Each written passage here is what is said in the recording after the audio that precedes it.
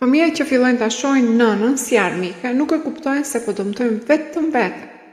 Kur një fëmijë mban mlef ndaj nënës, largohet prej saj, e trajton me ftohtësi ose me fjalë të rënda, zakonisht ka 3 modele që përsëriten. Së pari, ata nuk dinë të pranojnë gabimin. Debatojnë kot, mbrohen edhe kur nuk kanë arsye dhe shpesh i flasin nënës me mungesë respekti, si të ishte dikush i huaj. Së dyti, shpërthejnë shpejt. Një fjalë, një keq kuptim, një moment, dhe ata i kthehen nënës pa menduar çfarë ndjen ajo, pa menduar sakrificat e heshtura që ajo ka bërë për vite.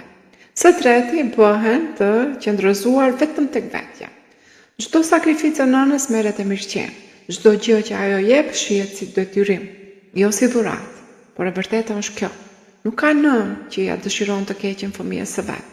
Edhe kur gabon, ajo mundohet, ajo jep, ajo mban botën mbi shpinë.